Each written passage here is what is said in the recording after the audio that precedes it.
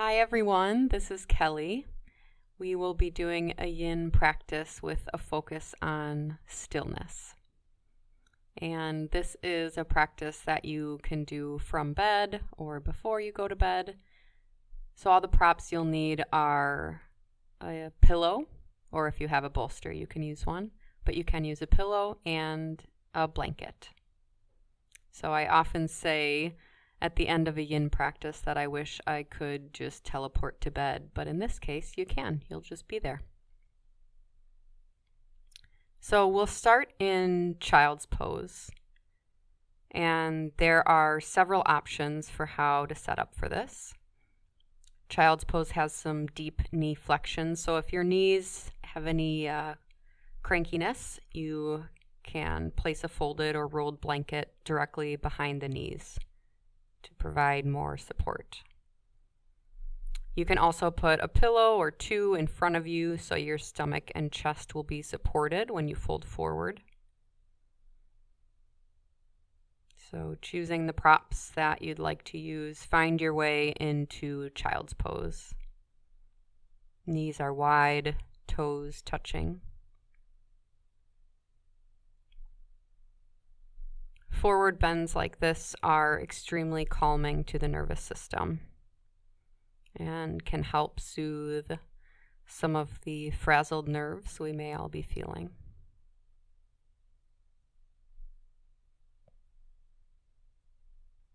So start to sink in and bring your awareness to your breath. We'll do a few cleansing breaths just to clear some of the energy from the day, and we'll breathe in through the nose and sigh out the mouth. So we'll inhale here and exhale, sigh it out. In through the nose and exhale, sigh it out. Last one, in through the nose. And exhale, sigh it all out. Then continue breathing just through the nose, in and out through the nose.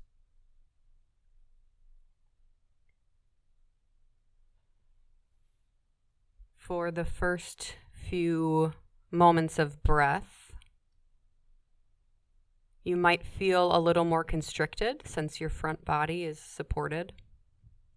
But after resting and breathing for a few moments, your body will likely discover new areas to breathe into,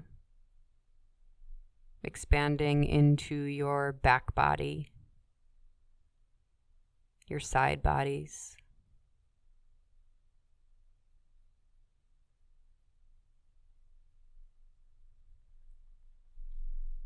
every time you inhale, let the shoulder blades and the back of your waist rise and spread, almost like a dry sponge absorbing water.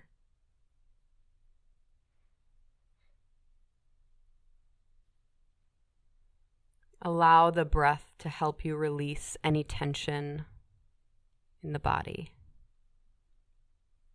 The jaw, the forehead, the eyes, shoulders, hips. Check in with your usual suspects, where your tension or stress like to live. And send your breath to these places. Imagining that the breath helps melt the tension away or helps to untie any knots.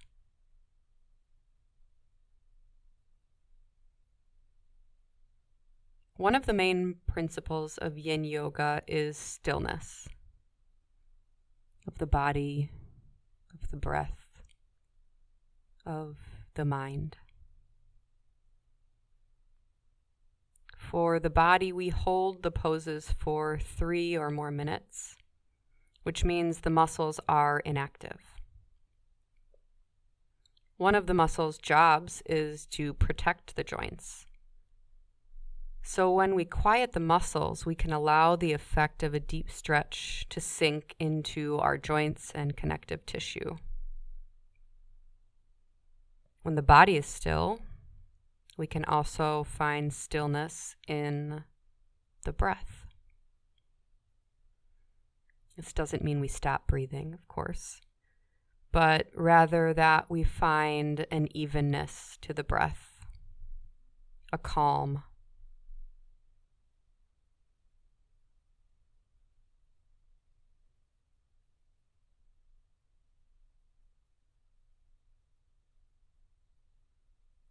And once the breath is still,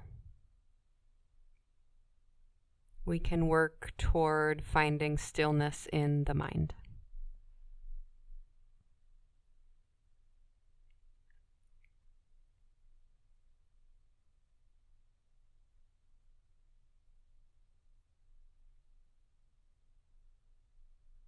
From here, we'll move into a seated position, so pressing the hands into the earth to help lift the torso.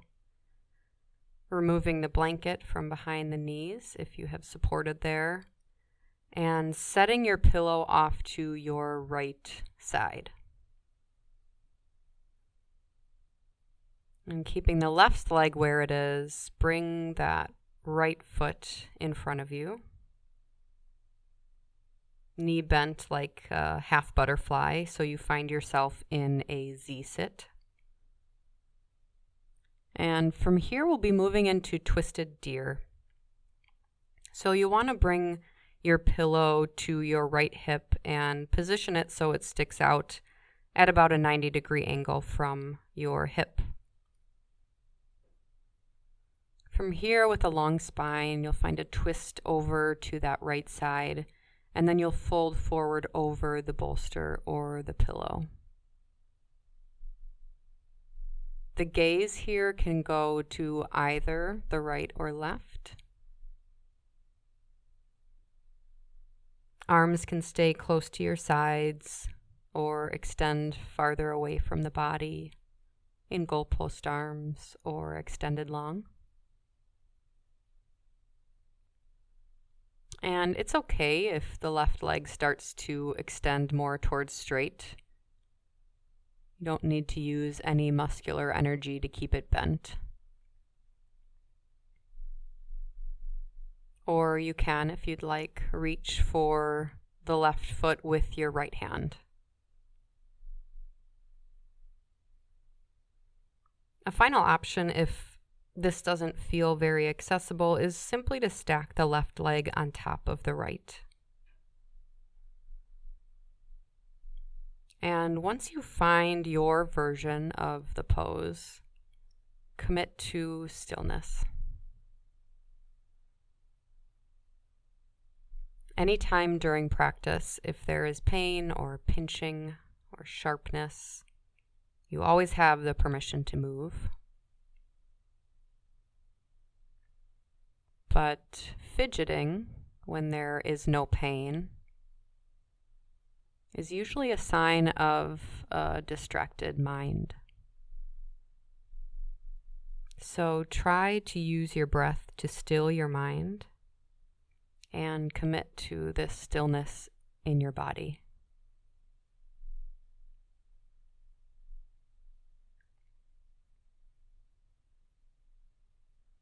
This idea of stillness may be more relevant now than ever.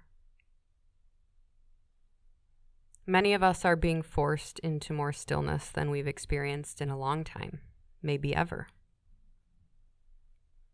And while our current circumstances are not the ideal way to find it, there are many gifts that can be found within the stillness.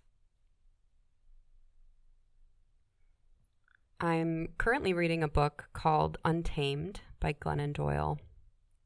And she has a chapter that I think explains the power and the gifts of stillness really well. So I'm going to read a few excerpts from that chapter.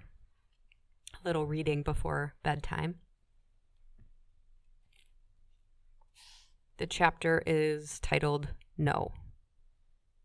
K-N-O-W, not N-O.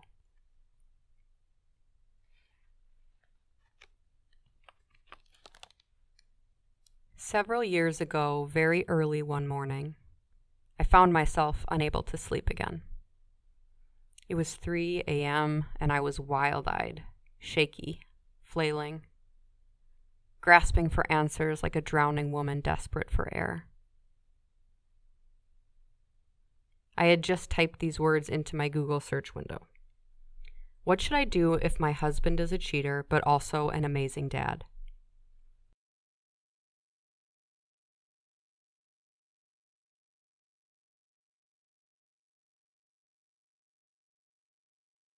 I stared at that question and thought, well, I have hit some sort of new rock bottom. I just asked the internet to make the most important and personal decision of my life. Why do I trust everyone else on earth more than I trust myself? Where the hell is myself? When did I lose touch with her? I clicked on article after article anyway. Distressingly, everyone thought I should do something different. The religious experts insisted that a good Christian woman would stay. Feminists argued that a strong woman would leave. Parenting articles preached that a good mother thinks only of what is best for her children. All of those differing opinions meant that I quite literally could not please everyone. That was a relief. When a woman finally learns that pleasing the world is impossible, she becomes free to learn how to please herself. I looked at all of those contradictory opinions and thought, if there is, in fact, an objective right or wrong way to handle this, why do all of these people have such different ideas about what a person should do? I had an epiphany. It must be that should and shouldn't, right and wrong, good and bad, they're not wild. They are the bars that keep us caged.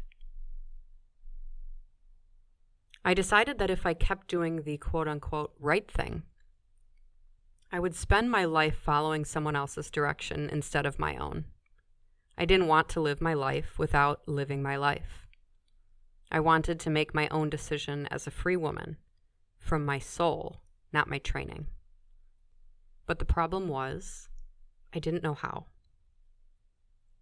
A few weeks later, I opened a card from a friend that said, in bold, capital, thick black lettering, "Be still and know."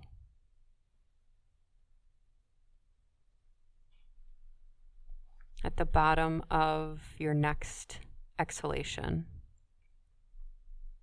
start to press hands into the earth to lift the torso up off of the bolster or pillow and untwist the body to face forward again. Find some movement here, bringing the legs into windshield wipers. Move the energy around a bit.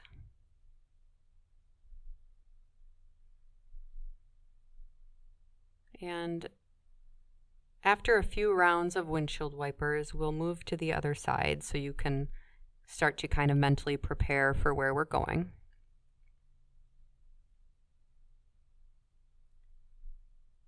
You'll also want to have your pillow on your left side now. And next time your knees drop to the left, let them drop all the way and bring the right foot behind you. This time twisting over to the left with a long spine and then folding over onto the bolster. Once again, finding whatever version of the pose feels most accessible, knowing that the sides of the body are different. We are not perfectly symmetrical. So the version you find on this side may be different from the other side, and that's okay.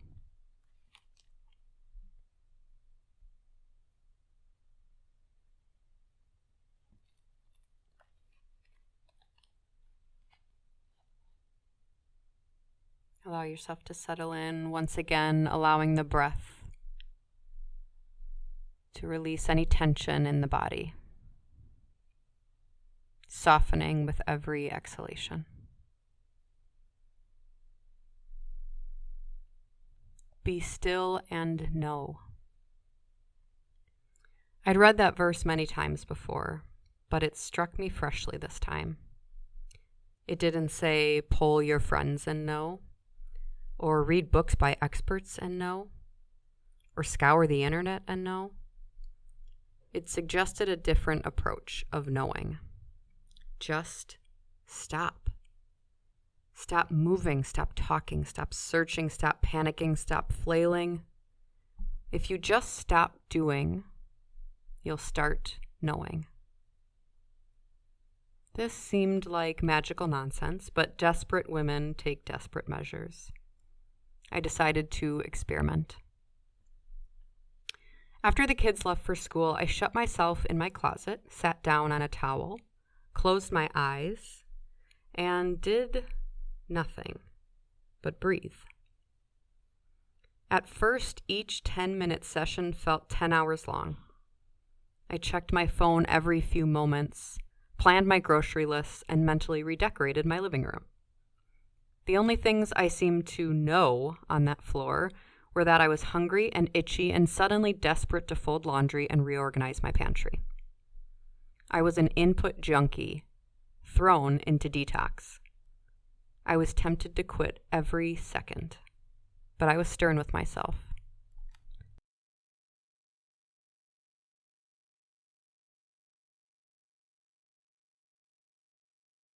"10 minutes a day is not too long to spend finding yourself, Glennon. For God's sake, you spend 80 minutes a day finding your keys." After a few weeks, like a gymnast who is able to stretch deeper after each training, I began to feel myself dropping lower during each closet session. Eventually, I sank deep enough to find a new level inside me that I'd never known existed. This place is underneath. Low, deep, quiet, still.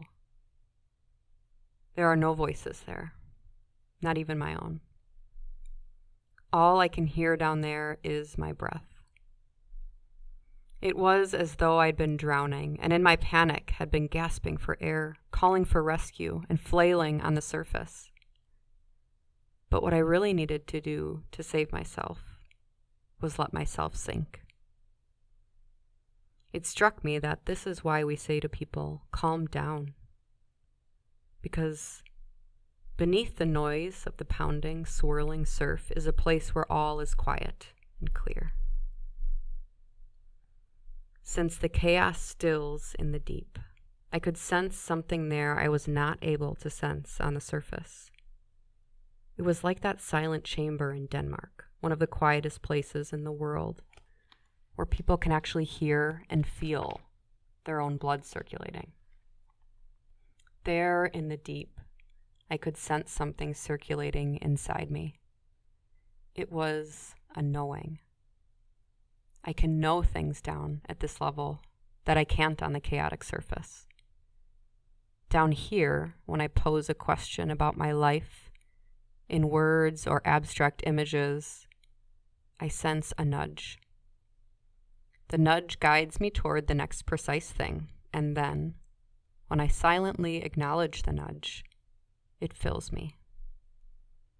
The knowing feels like warm, liquid gold filling my veins and solidifying just enough to make me feel steady, certain. Every day I returned to the closet, sat down on the floor littered with t-shirts and jeans, and I practiced sinking. The knowing would meet me in the deep and nudge me toward the next right thing, one thing at a time. That was how I began to know what to do next. That was how I began to walk through my life more clearly, solid and steady.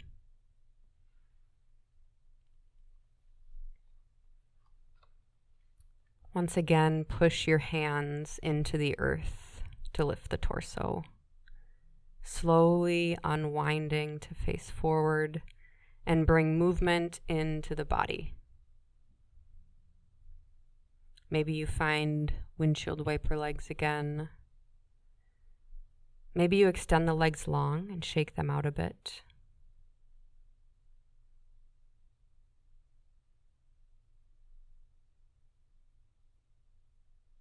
Just taking care that our movements are slow.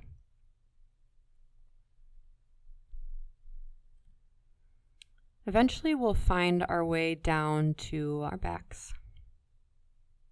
So maybe grabbing behind one of the legs and just slowly rolling down. Keeping the knees bent, feet on the earth. Extend the right leg up toward the sky. Find some gentle movement, maybe pointing and flexing, maybe circling the ankle. Just finding gentle, subtle movements.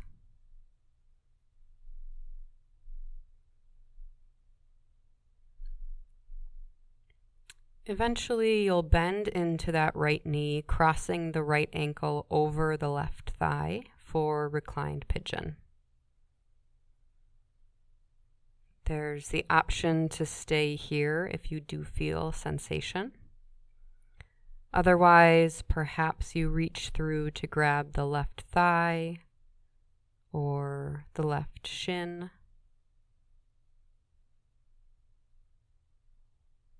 And as you find the option that feels the most accessible, bring softness back into the shoulders. We don't want to bring a stretch into the hips at the expense of our shoulders, so really let the shoulders rest down and back, sending breath to soften and release.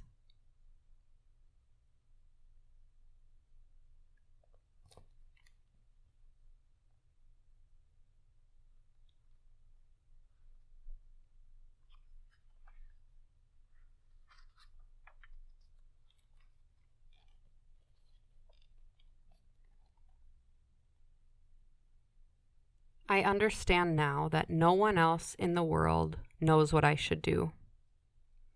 The experts don't know. The ministers, the therapists, the magazines, the authors, my parents, my friends. They don't know. Not even the folks who love me the most.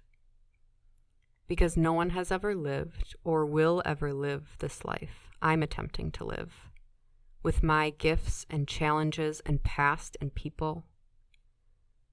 Every life is an unprecedented experiment. This life is mine alone. So I have stopped asking people for directions to places they've never been. There is no map. We are all pioneers. I have these words tattooed on my wrist. Be still. It's my daily reminder that if I'm willing to sit in the stillness with myself, I always know what to do. That the answers are never out there. They are as close as my breath and as steady as my heartbeat. All I have to do is stop flailing, sink below the surface, and feel for the nudge and the gold. Then I have to trust it, no matter how illogical or scary the next right thing seems. Because the more consistently, bravely, and precisely I follow the inner knowing, the more precise and beautiful my outer life becomes. The more I live by my own knowing, the more my life becomes my own and the less afraid I become. I trust that the knowing will go with me wherever I go, nudging me toward the next thing, one thing at a time, guiding me all the way home.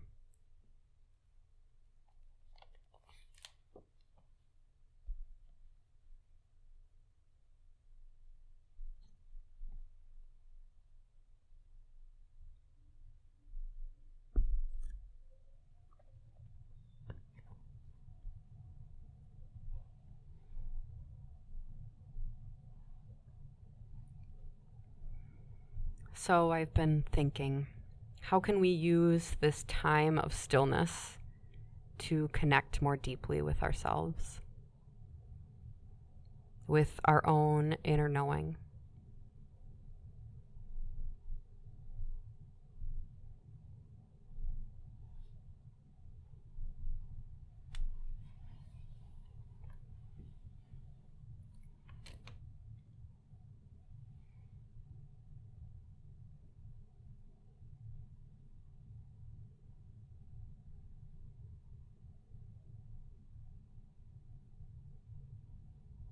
Taking 3 more rounds of breath.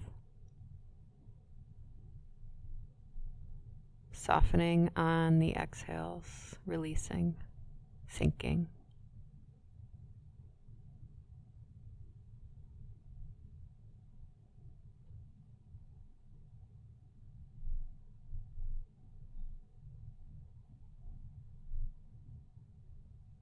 And at the bottom of your last exhale, start to release the pose. Unclasp the hands from behind the legs if they've been there.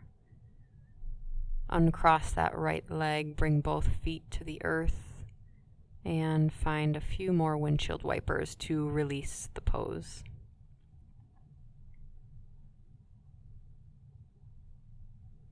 Once you feel like you've brought some movement into the legs, moving the energy around, extend that left leg up toward the sky and find gentle movements here.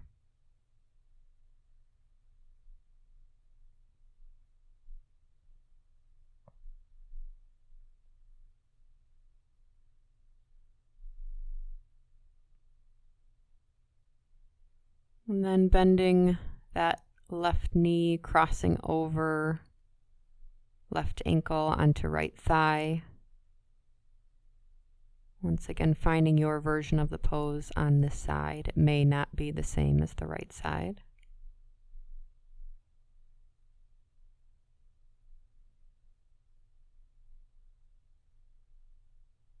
And once you've found your pose, again, releasing, finding stillness, softening the shoulders,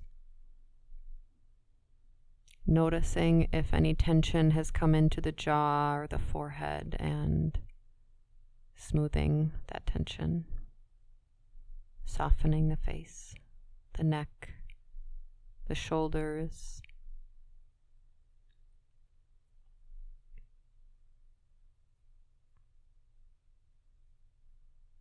It seems like there is a whole other world available to us, a whole other reality to experience below the stillness.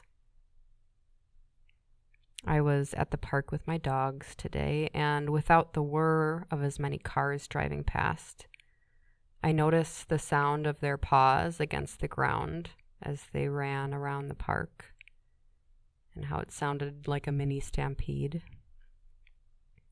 I noticed the sound of the water running in the stream that runs through the park. I noticed more birds and squirrels than I do most days. And it felt like a different reality in a way, but it wasn't. It had all been there the hundreds of times I'd gone to that park.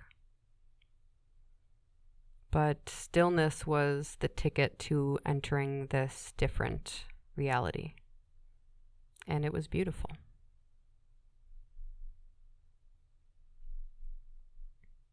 The other thing that's been on my mind, and I know a lot of people's minds right now, is connection. And maybe we can all find each other below the stillness. A place where we can meet with more authenticity, more gentleness, more compassion.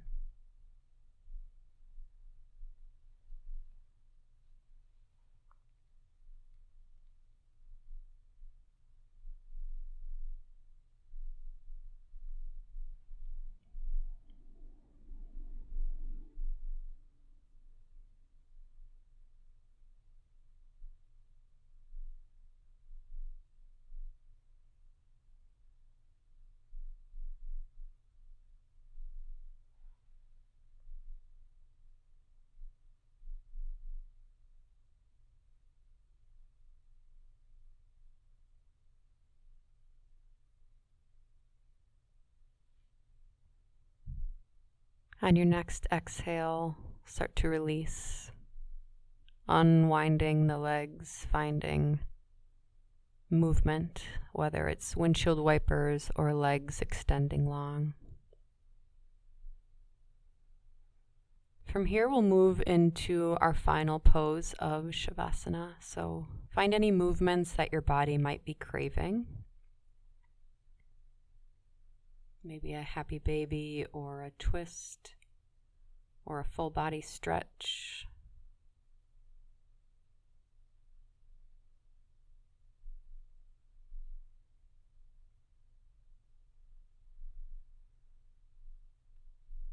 Eventually finding your way into this final pose. There are lots of options here. So maybe the legs are long with a pillow underneath the knees to support the back.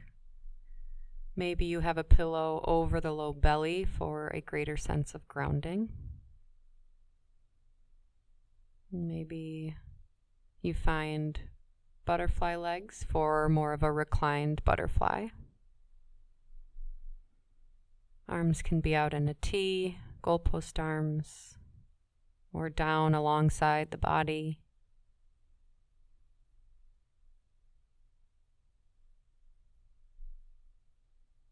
Find your place of stillness.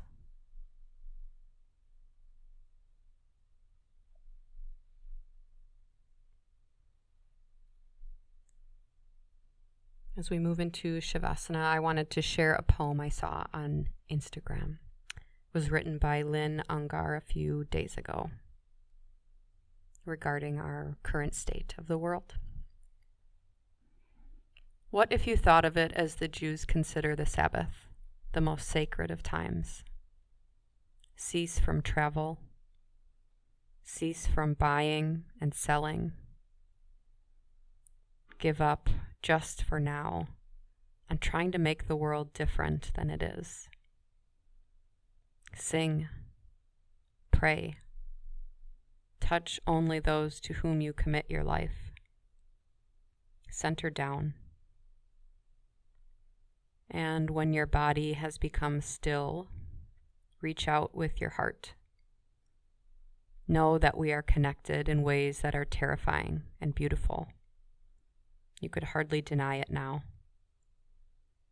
Know that our lives are in one another's hands. Surely that has come clear. Do not reach out your hands. Reach out your heart. Reach out your words.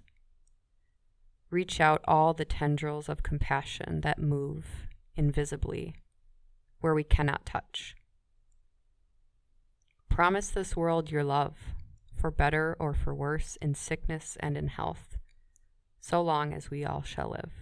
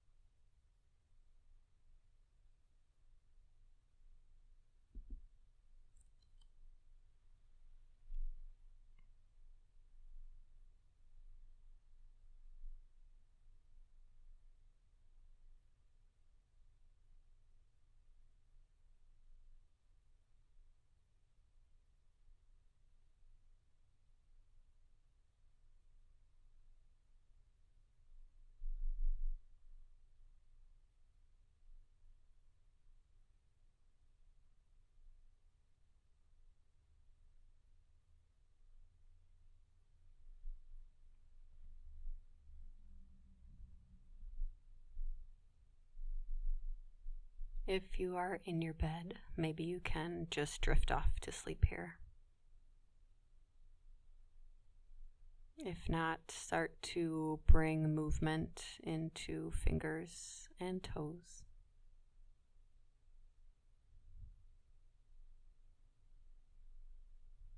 Maybe extending the arms up overhead for a full body stretch.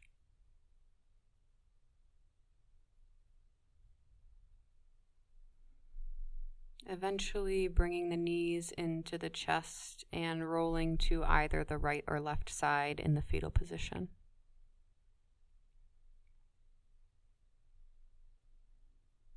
Taking a moment here to feel the support of the earth.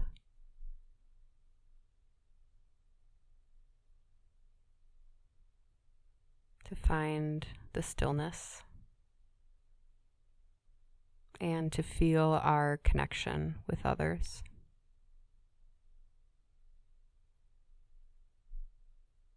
As you feel ready, pressing hands into the earth to come up to a seated position.